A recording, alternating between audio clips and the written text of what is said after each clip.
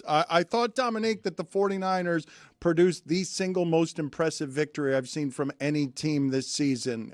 Tell me why I'm wrong. Give me another one that was more impressive than what the 49ers did without quarterback one, wide receiver one, wide receiver two, wide receiver three, defensive end one, and tight end one.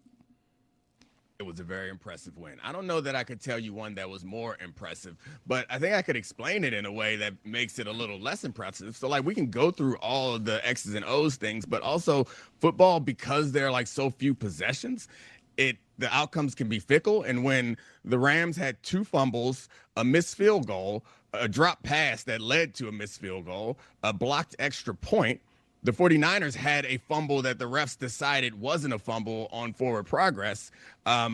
Mac Jones threw an interception down the middle of the field that was dropped by one linebacker. Had he not caught it, it would have gone right into the back to a safety who was waiting for it. And like, all these things happened in the game to make the results seem different. So I don't think the 49ers are better than the Rams today, which is, I know, an absurd thing to say because they're 4-1 and leading their division that the Rams are in.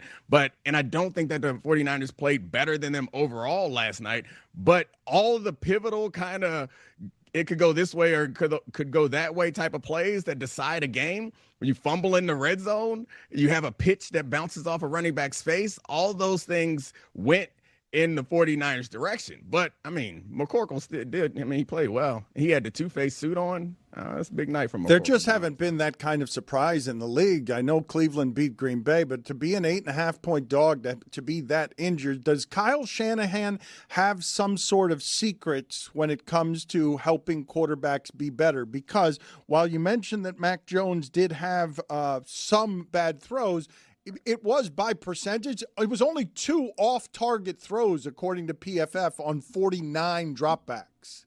Yeah, PFF is a great resource, but one day I want them to release like the play-by-play grading system, because I've had some disagreements with them over the years where people that I thought had good games, they said had bad games, but that's a whole nother conversation. I think Mac Jones was really good last night, and the one bad throw that I'm talking about wasn't the problem. But it seems that what Kyle Shanahan is able to do is through formations and motions, he makes the things look more complicated to the defense than they are to the quarterback.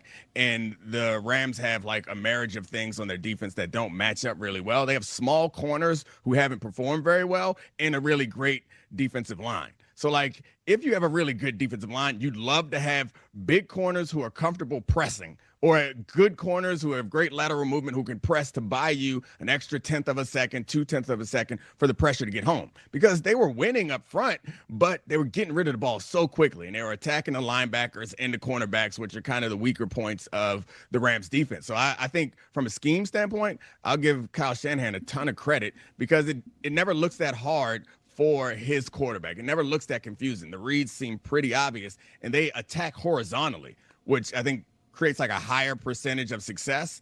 If you're going like vertically down the field, it's harder to have success on those deeper passes. So they like stretch your defense horizontally, and they attack the weak parts of every defense that they play. But the things that they do from week to week, the pre-snap look might look different, but in the games, they're kind of doing the same things, and the quarterbacks and the receivers get comfortable with it.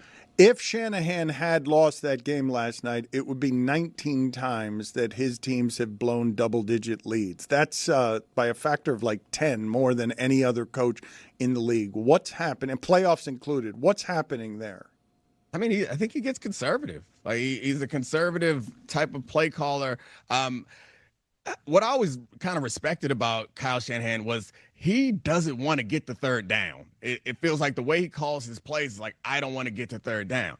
And that's great, because when you're trailing, that's great because he's going to throw earlier. He's going to run more tricky plays and screens and stuff to kind of create explosives. But later in the games, like, I see that again, but he's trying to run the ball and run the clock. And the defenses are not playing with the same level of aggressiveness. And I think Kyle Shanahan's offense gets stagnant and kind of boring when he has a lead. And I think it catches up to him. And then he's just been traditionally kind of conservative on fourth downs. And the funny thing is, the greatest criticism of Kyle Shanahan, single play calling criticism, was him being too aggressive in that Falcons game when he was the offensive coordinator and decided to throw in that situation. So that turned bad on him, and I think that burned him. And I think it's in the back of his mind from here on out, I'm not doing no damn drop back passes when I have a lead and the game is within reach.